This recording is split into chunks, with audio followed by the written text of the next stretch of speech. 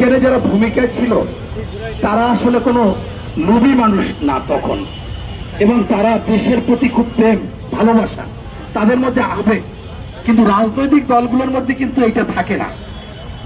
তখন তারা চিন্তা করে তাদের দলের স্বার্থে কি হবে। তাই নিঃস্বার্থ লোকজন এই 24-এ এগিয়ে আসছিল বিদায়ী কিন্তু একটি নতুন বাংলাদেশ হয়েছিল, এবং যে ফ্যাসিস্টকে কখনো বিতাড়িত করার সম্ভাবনাই ছিল না, বিতাড়িত হয়েছে। ভুক্তভোগীরাই একমাত্র জানে যে সমস্যা কি। আমি 3 বার আয়না ঘরে গিয়েছি, যেটা আমরা ওই সময় বলতাম ডিজিএফআই। প্রথমবারে আমি 7 দিন ছিলাম, কোনো না কোনো ভাবে আমি চলে আসছিলাম। পরের বার আমাকে 5 দিন রেখেছিল, সেই সময় চলে আসছিলাম। এরপরে 2023 সালে জিয়াউর রহমানের মাজার থেকে আমাকে নিয়ে যায় আমাদের বিএনপির 2জন কেন্দ্রীয় কমিটির লোক ছিলেন, একজন কৃষিবিদ শামীম আর একজন মিডিয়া হয়েছেন দিদার ভাই। তাদের সামনে বয়ে নিয়ে যায়, পরে তারা যে কোনোভাবে 4 ঘন্টা পর ছেড়ে দিয়েছে। প্রতিবারই কিন্তু আতঙ্কে ছিলাম যে ফিরিয়ে যাওয়া যাবে না, এবং একটা সময় পায়ে গুলিও খেয়েছিলাম। তাই ভুক্তভোগীরা জানে যে আসলে সেই সময় তাদের নির্যাতন, অত্যাচার, কষ্ট কি।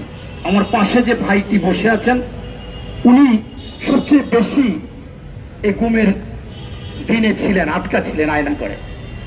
এটা তো আয়নাগর তো আসলে না, আপনারা নাম দিয়েছেন সাংবাদিকরা, এটা তো আসলে নির্যাতিত একটা সেল। এখন আজকে আমাদের যে বিষয়টি দেখলাম, আমি স্পষ্টভাবে মনে করি যে 2024 সালের 7ই জানুয়ারিতে যারা নির্বাচনে গিয়েছে তাদের প্রত্যেকটি এই দল হিসেবে নিষিদ্ধ করা উচিত, নির্বাচনে কোনোভাবে আসতে দেওয়া উচিত না। কারণ তারা ওই ফ্যাসিস্ট, ওই স্বৈরাচার, ওই যারা আইনকে তোয়াক্কা করতো না, এই কোর্ট সেই কোর্টকে পেডিকোট বেরিয়েছিলেন, এবং সকল সংস্থাকে তাদের মানদণ্ড, মেরুদণ্ড ভেঙে দিয়েছিলেন। ভেঙে দিয়ে তারা যা কিছু করতো সেইটাই বাস্তবায়ন হতো। এই জন্য তিনি গর্ব করে বলতেন যে হাসিনা কখনো পালায় না। এখন পালিয়ে গিয়েছে কাদের জন্য? এই সহজ সরল যারা দেশের মানুষের চিন্তা করেছেন, এই উনি দেশপ্রেমিক সেনাবাহিনী ওনারা চিন্তা করেছেন, করার কারণে তারা যখন একেবারে সম্মুখভাগে গিয়েছেন, কিন্তু রাজনৈতিক লিডাররা কিন্তু এরকম যেতে পারেনি। মামলা হয়েছে, 65 লক্ষ লোকের নামে বিএনপির মামলা হয়েছে, কিন্তু তারা এরকম সম্মুখভাগে অনেক সময় যায়নি, হিসাব নিকাশ করতো। আপনারা দেখেছেন যে অনেক দল, আমরা দেখেছি চরমনাই ইসলামিক দল, তারা কিন্তু নির্বাচনে গিয়েছে, তাদের সাথে যে সময় দাঁত ভেঙে দিয়েছে সিটি কর্পোরেশন নির্বাচনে, এই বলছে আর যাবো না। আসলে যখন ভুক্তভোগীর এই বোঝে, তাই আমি মনে করি জাতীয় পার্টি সবচেয়ে বাংলাদেশের ক্ষতি করেছে, জনগণের ক্ষতি করেছে, নির্বাচন ব্যবস্থাকে ক্ষতি করেছে।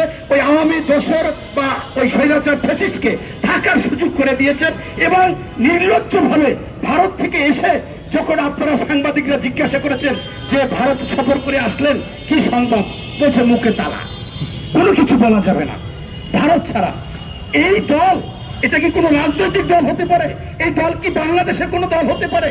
এই দল কি বাংলাদেশের দেশপ্রেমিক কোনো মানুষ হতে পারে? তাহলে সেই দল কেন থাকবে? সেই দল থাকার তো প্রশ্ন আসে না। তাই আমি মনে করি যে 14 দল, এবং আমার দিক থেকে আমি বলি যে 27টি দল নির্বাচনে গিয়েছিলেন, তাদের যাদের একটু দোষ কম, কমপক্ষে একটা নির্বাচনে এই নির্বাচন করতে পারবে না, আর যারা দোষী তাদেরকে নিষিদ্ধ করতে হবে।